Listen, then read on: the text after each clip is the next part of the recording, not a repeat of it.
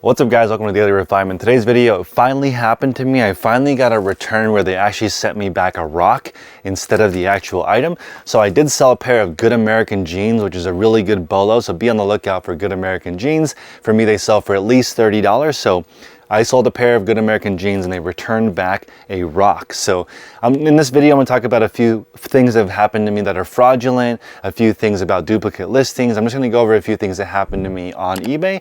So please smash the like button, consider subscribing, and let's get in the show.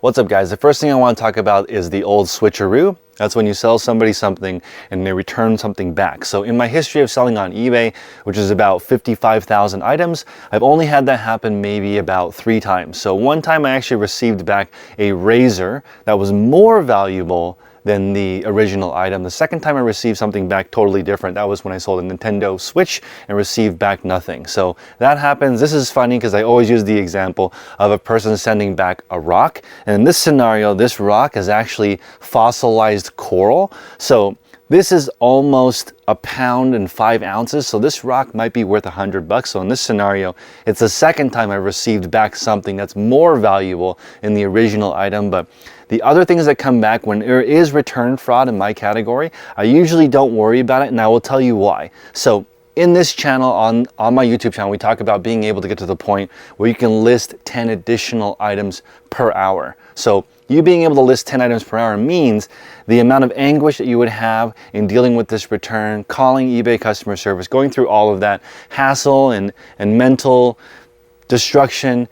During that 1 hour, you could have listed 10 more items to get $100 back. If you have eBay top rated seller plus, the worst thing that can happen to you is you issue a 50% refund back to the customer for that fraud. So in case the item is $200 or more, right, then you would take a little bit of a loss having to go through that. So I recommend on eBay selling stuff between $30 and $100. If you do sell that high-end stuff, it's okay though. eBay does protect you. You just have to be more careful. When you're selling in the higher end categories, there is more fraud. So just be careful, and you're gonna have to do some volume to be able to make up for it. I consider that online shoplifting. So occasionally fraud does happen, but it's usually 0.01% of the time, and as long as you do enough volume, it shouldn't knock out your business. So next is, we're going to talk about duplicate listings, because this has been coming up a lot. So people are saying that eBay duplicates the listings online, so you end up having 2 or 3 or 4 of the exact same item. So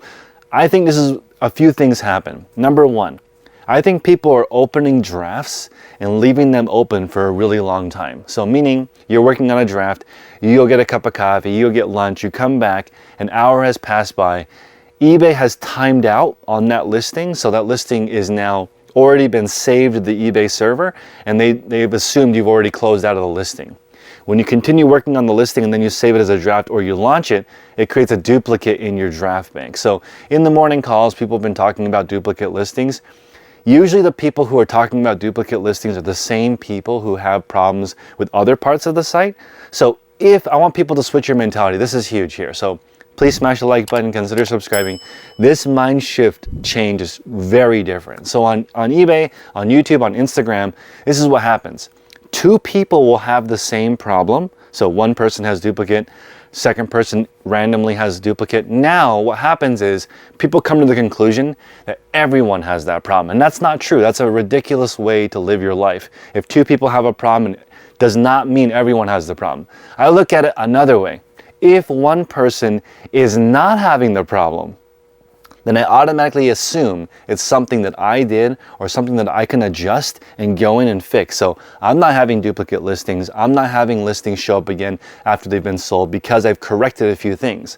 I'm going into my canceled orders once a day actually, and checking to see if something has gone canceled from somebody not paying or somebody returning an item, and just double checking in my inventory if that's right. So number one, I'm checking canceled orders.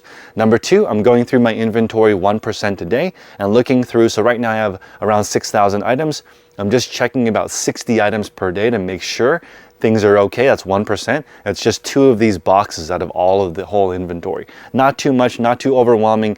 It's your responsibility to go in and double check your inventory if you're gonna sell on eBay. And I think that those 2 things have really helped me reduce it, but this is how I think it. If one person can do it, I can do it too. I don't think if two people have a problem, now I have to give up and start a new industry. That's not how you guys should look at it. There's so much complaining and moaning on eBay, and I don't want to get into that because a lot of my videos recently have been me ranting about that.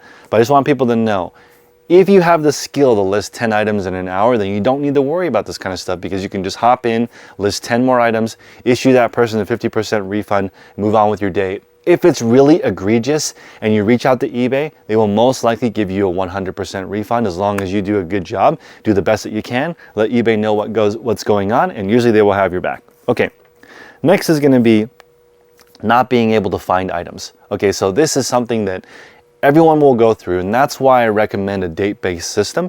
And I'm gonna go over this until I'm blue in the face because I used to have the numbered system. When you guys watch my old videos, it was A1, A2, A3, A4, and I would write A1, A2, A3, A4 in my listing. Now the problem with that is when A1 reduced inventory, I would go back and put new items in the A1. So what that essentially meant was in A1, I had new items and old items. And that's why I sometimes would lose items because it was difficult to go back and check because it wasn't in chronological order. Now, A1, when it gets empty, if I were using a chronological system, I would remove A1 and now it would be bin A2, right? And only new items are going in at the very end of the system. So essentially what that means is, let's say in this bin, I'm looking at it right now, it says 8490. That's the number. So let's say I misplace 8490. At least I would know it's in this area of my giant inventory system and I would be able to find it. Just this morning, I had a pair of Hollister jeans that was in the wrong place. 4622 was a number and it was actually in the box next to it. I don't know what happened. Maybe it got stuck in the shelves. I just want people to take it one day at a time, do things one thing at a time and improve and just stack the improvements. So you start with a pile on the floor, that was my system, then 2 piles on the floor, these are tops, these are bottoms, then your inventory starts to grow, you use bins, you stack bins, right? Then that becomes too much of a hassle to remove the bin, then you get shelves, so you don't have to remove boxes on top of each other. And if you have bins stacked, let's say 6 high, which is very common, on average, you will have to move 3 bins in order to get your item. So if you sell 30 items, 30 times 3 means you're moving 90 bins. So we want to make this as easy as possible. So that's why I pack items in the plastic because it makes it easier to find. That's why I use shelves because it makes it easier to find. I want to do this eBay business forever. I do talk about on my videos that I think eBay has an expiration date, whether it comes to the products that you're selling, whether it comes to the platform, whether it comes to you being suspended. I want people to make as much money as they can in the shortest period of time because you never know when eBay will be gone. And I think this expiration date mentality applies to everything. All relationships eventually come to an end. All business or personal or your health definitely comes to an end. It's, for me, some people think it's morbid. For me, I think it's invigorating because I know I got to make the best of it. I've got to make progress daily. If you guys like this new neon sign, smash the like button. It took me like 3 months to get this sign. It's over 30 days late, but I thought it would be cool to put something in the background and give you guys something to look at in the background. And the Whatnot auction that we're going to start for the first time is going to be on Friday. You guys are going to watch this in the future, but I'm excited to see what happens adding that live auction site to my repertoire. And that should be really exciting. Appreciate you guys. Join our Facebook group, patreon.com/theresellers podcast. Share what things are working for you and what things are not, what challenges you're having. And we'll be happy to help you guys. Appreciate you. Make progress daily.